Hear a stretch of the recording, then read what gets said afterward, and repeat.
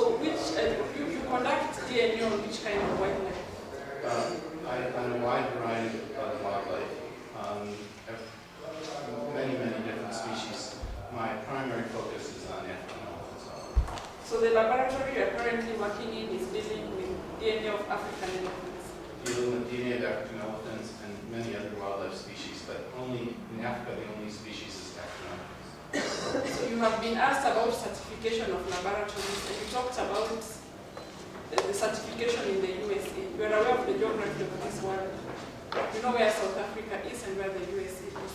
Yes. Are those similar jurisdictions, or are they under one political authority or scientific authority? No, not. So would you expect South Africa to be certified by USA, or they have their own methods of certification? I wouldn't expect them to be certified by another country unless there's somebody else. Are you aware of the case before this court today? Yes, I am. It is dealing with which species? Rhinoceros. So have you dealt with the DNA of rhinoceros species in your laboratory? No. So you are not even aware of what you're coming to tell this court, because you are not talking about what is the subject of this court. I'm very aware of it because these are... Are you talking about, did you at any point talk about rhinoceros DNA in your evidence in this court today? Sorry, can you repeat? Have you at any point in your testimony talked about rhinoceros DNA analysis today in your testimony? Yes. You only talked about elephant. Don't lie to the court. You refer to the record.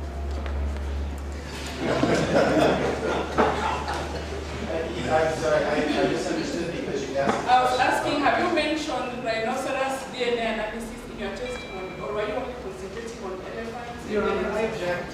The prosecuting witness of battery, our expert witness, was only testifying to the principles and methods used in DNA analysis, not for any specific species.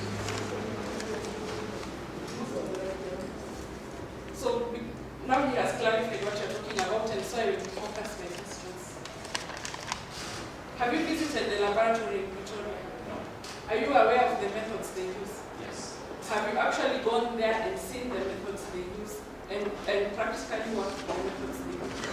That is what we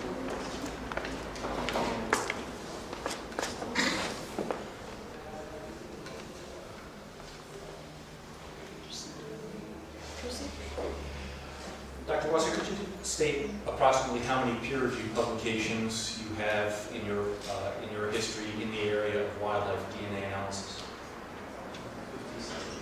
57. Thank you. Over how many years? Over 16 years. Could you state any associations you have with professional societies or offices you hold? Introducing new matter section of the examination. It's too late for qualifications.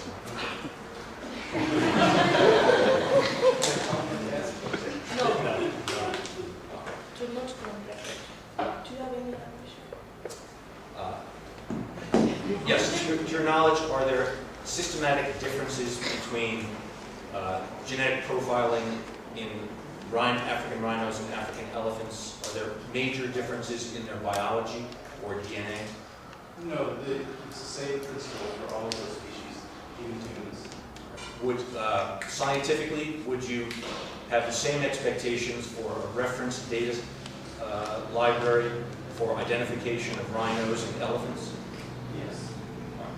And Except that the problem with the rhino is that it's no longer widely distributed across Africa, so you can't really use reference samples and assume from here and assume that they necessarily came from here. They may become a translocated rhino from South Africa to Kenya.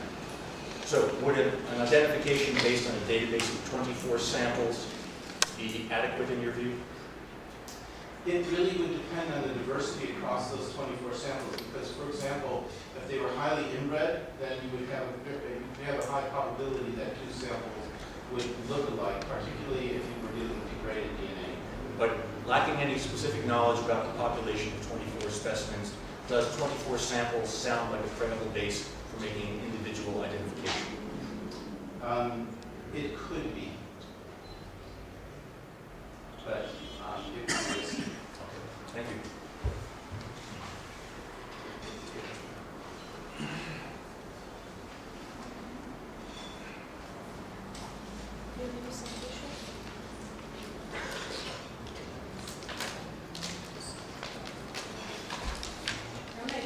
submission that the prosecution has proved this case beyond reasonable doubt.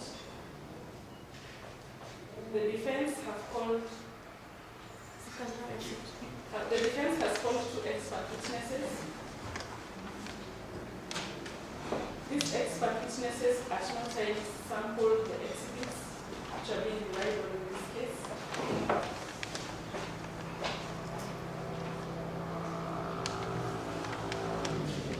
They at no time carried out independent expert analysis of the exhibits.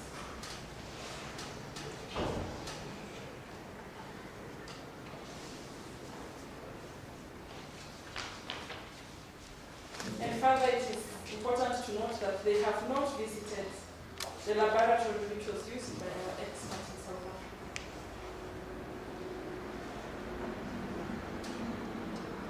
The evidence of our expert witness has then been shaken.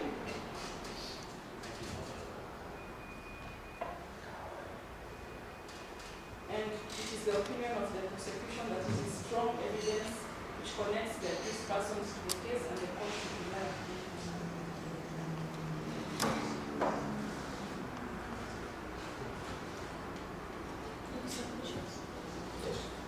Thank you, Your Honor.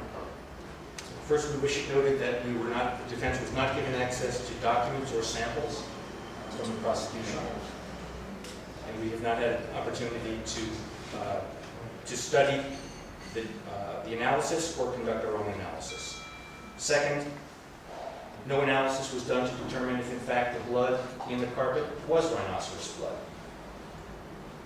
Government chemist said he could not do it. Those tests were not carried out in South Africa. Third, our expert witness indicated that the environment in which the samples were handled did not come up to the international standard to avoid contamination. And we respectfully submit that there could have been cross-contamination among the three samples, which could have resulted in them being considered from the same individual. We submit that they are not. Further, the analysis was based on an inappropriate database, not relevant to this particular case, so we believe that the method, the application of the method, was not relevant.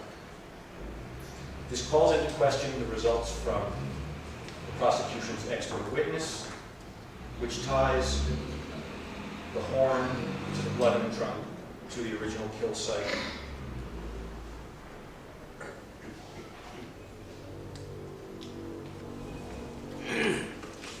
Thank you.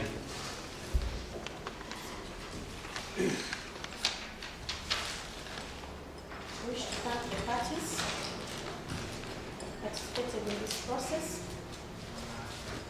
And I can give my judgment right away to the volume of the documents I have to look through.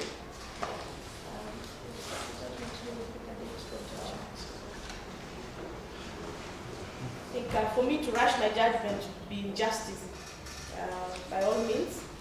But I can give a brief, although this is not procedural, but for this forum, I can give my brief observation about the case, all parties. I believe that for the defense to allege that they were not given enough time to look at the documents is a little too late in the matter.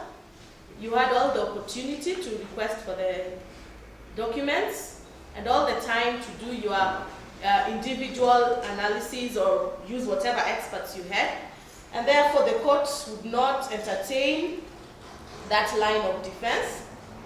You owe your clients a duty, and part of that duty is to ensure that you collect all the evidence that you need for your case. Having said that, I also find that at no point did the defense adduce any credible evidence to critique, or rather to discredit the evidence of the prosecution with regards to the conditions that the laboratory was in at the time of examination of the samples. None of the defense witnesses have ever been to the lab. None of them can authoritatively say or state the conditions of the lab. And whereas they tried to discredit the lab in as far as not knowing their certification or accreditation, DW2 agrees that he knows the lab, he's heard about it, and I'm sure he has, on one occasion, like DW1 mentioned, that she knows the owner, or rather whoever is in charge of the lab, and that can only go a long way to help the court in finding that they, being experts in that field, then they know each other very well, and therefore any evidence to the contrary would be a fallacy. None of the defense witnesses have educational background in forensics. I find that very, very, very surprising. We cannot only rely on experience, we need some background information, whether it's at degree level, whatever, diploma, but to stand in court and state confidently that you have no educational qualification, I think is an abuse of the court process. And and I think the defense should have done much more than that.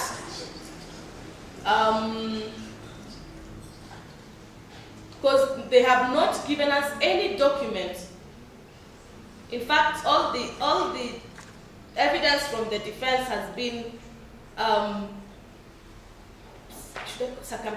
it's not credible. There's no document to show whatever they allege. And I find that very interesting, especially in a matter as serious as this, where the defendants are facing quite hefty penalties. You owed your client a better duty. I also find that at no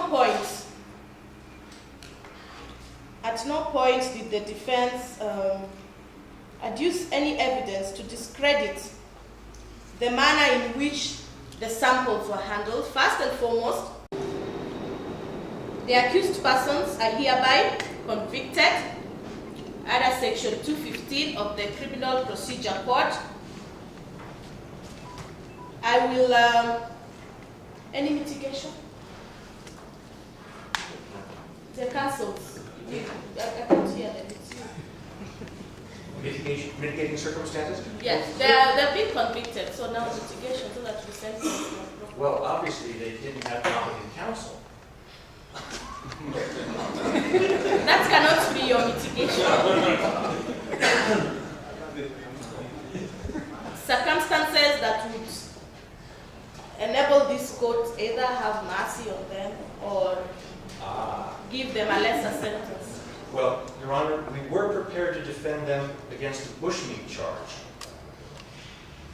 But since the charge turned out to be rhino poaching, that cannot be your defense. You knew what you were coming to do. I think the accused persons need to charge their counsel for negligence, yes. Professional negligence. Well in court. They did not take this matter as seriously with the seriousness that it deserved, and for that reason, the first, second, and third accused.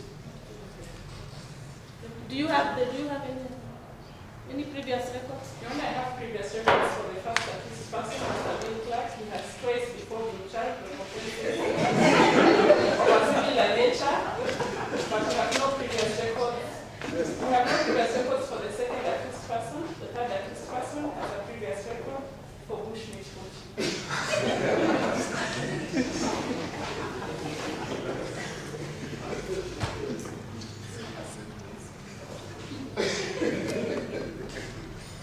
The first accused person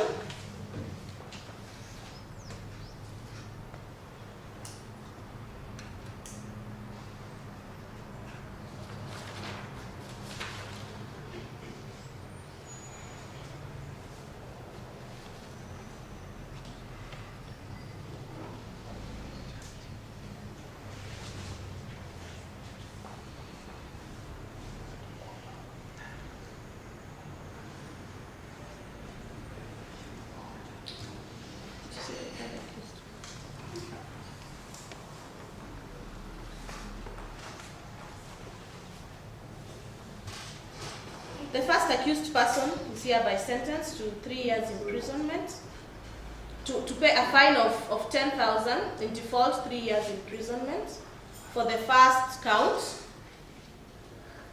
For the second count, all the 3 accused persons are hereby sentenced to pay a fine of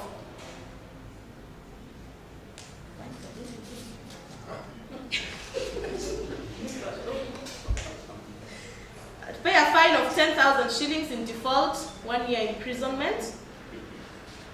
And so that this acts as a deterrent,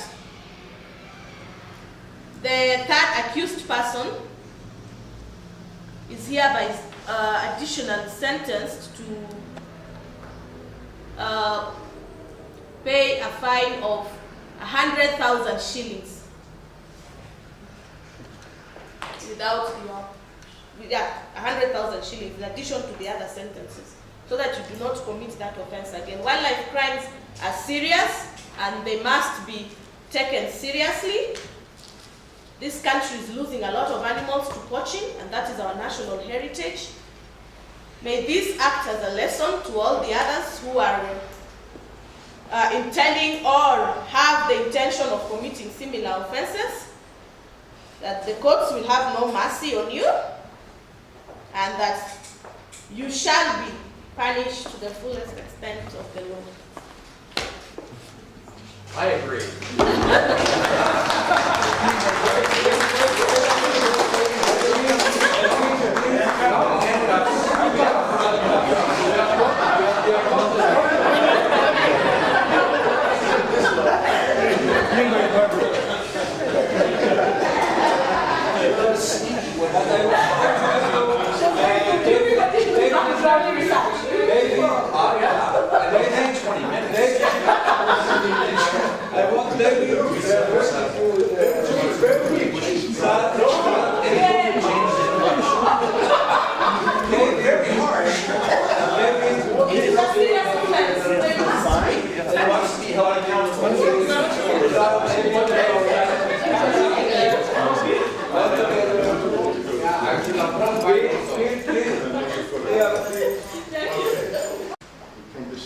Disrupts a lot of prosecutions.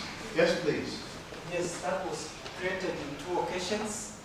The defense witness was able to point out that the expert witness of the prosecution did not leave with the evidence from here to South Africa, that it was in the luggage or something. So maybe that will change. 2, the glaring point was the defense witness number 1 was able to clearly show adherence procedures, chances of contamination. There was a possibility to create that environment for doubt that the tests were not done under who. So there is a chance the judge might have some leniency and develop that. You did it in proof. They were allegations. She did not produce anything to prove her assertion. And for the court, we rely on what we see. Had she come up with something and said, I was there, I witnessed whatever they were doing and it was wrong, then we would have said, okay, fine. But in this case, there was nothing. Sure, I agree. And the defense counsel, number 1, was able to take the prosecution, the prosecuted first witness as to how did you do, what did you do, and relate. And at no point did he indicate between the subsequent samples there was any claim of contamination. So in the real case, that will be really important for the prosecution. Yes, please. My observation in this case is that in Kenya we are very far behind wildlife forensics, and the lawyers and counsels do not know the questions to ask. But what I've come to learn is that credibility can be shaken on questions such as contamination in the laboratory itself. I was not aware of that. I thought once it reaches the lab it is safe, but now I'm aware of that there can be contamination within the lab itself, and that is something which we should tie up in our laboratory. The second thing which I came to learn from the questions which were asked is that accreditation of the laboratory can raise questions. within the court and can raise doubts in the case. So as we move along with our lab, the lucky thing is that it's going to be put it's already in the wildlife bill. So once the wildlife bill is enacted, we'll have the forensic laboratory already in the law. So that would be good for us. So what we should do is we should push to make sure that it remains there until the date of assent. So I've learned those two things which I did not know about. And also that the qualifications of the expert witness, how many cases he has handled before, and his experience in handling those cases may also raise questions. So that is what I have come to understand as a prosecutor. Yeah, if I knew what I was doing and had asked questions about publications, students trained, also the point that there really is no official certification body yet, I think that that's the strongest we can do of publications, years of experience, cases tried, those sorts of things. Would that be pretty strong in Kenya, even lacking the accreditation? Lacking the accreditation wouldn't be an issue because it's in the law. The law would already provide, once the wildlife law is enacted, the law would already provide that it's a function of KWS to have this wildlife forensic laboratory. So since the law says that, you can get international accreditation just for your own personal standards, to make sure you keep the standards. But for purposes of the court process, when it is in the law, that is enough. That is enough for us.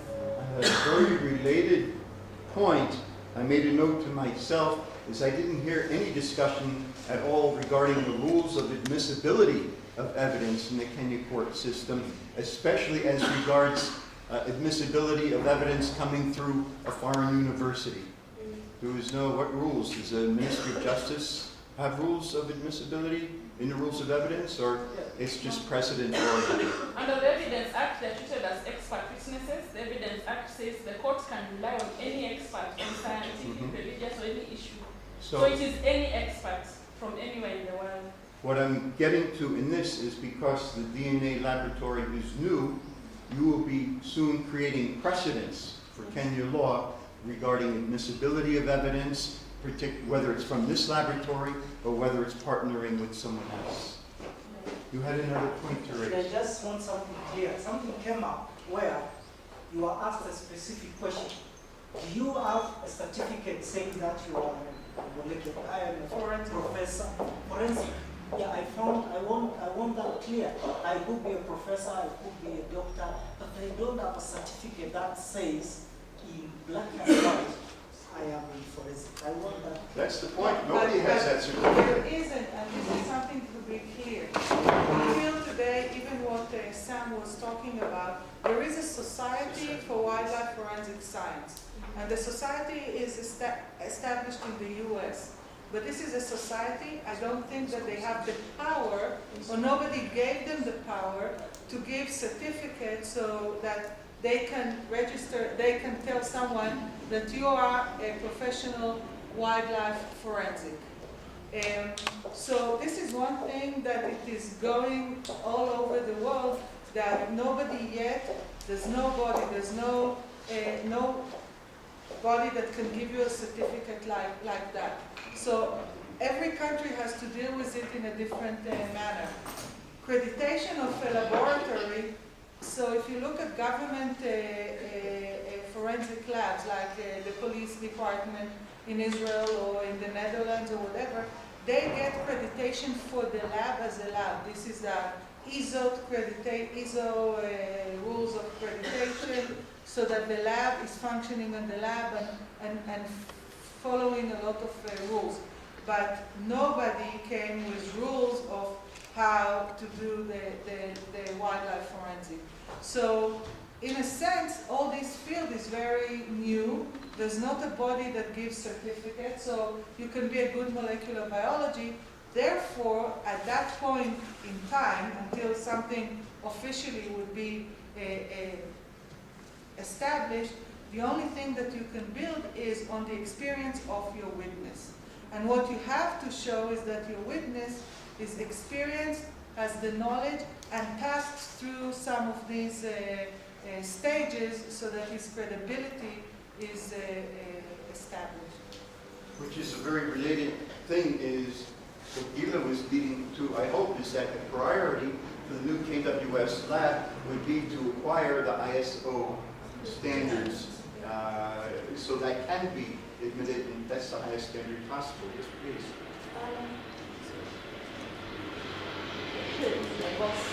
Yeah, but you're the judge.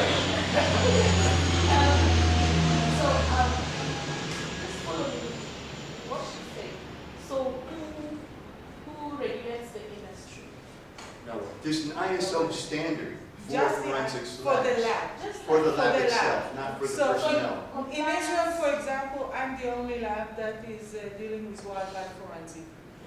The thing is that I'm standing in court several times. There were a lot of cases, and you just build your I just built my credibility, and it passed through different courts, from the lower to a higher court every time that I have a case that was solved according to my testimony. Then my credibility in court is being established. So you govern yourselves, you do what you want. No, it's a problem. Like my laboratory is in a university, so I can't accredit it. I can't have the ISO certificate, and I don't think that you can do it because we're part of the university and we established our lab as part of the university. We're not a private lab. If we were a private lab, we would have to go through certification of the lab so that we can test it. With the university, you can do that now. You can do But it, with we the- can't do it. With the Society of Wildlife Forensic Science. Okay. So, and they're kind of becoming self-appointed, but they're made up of a lot of experts from around the United States and really the world. So,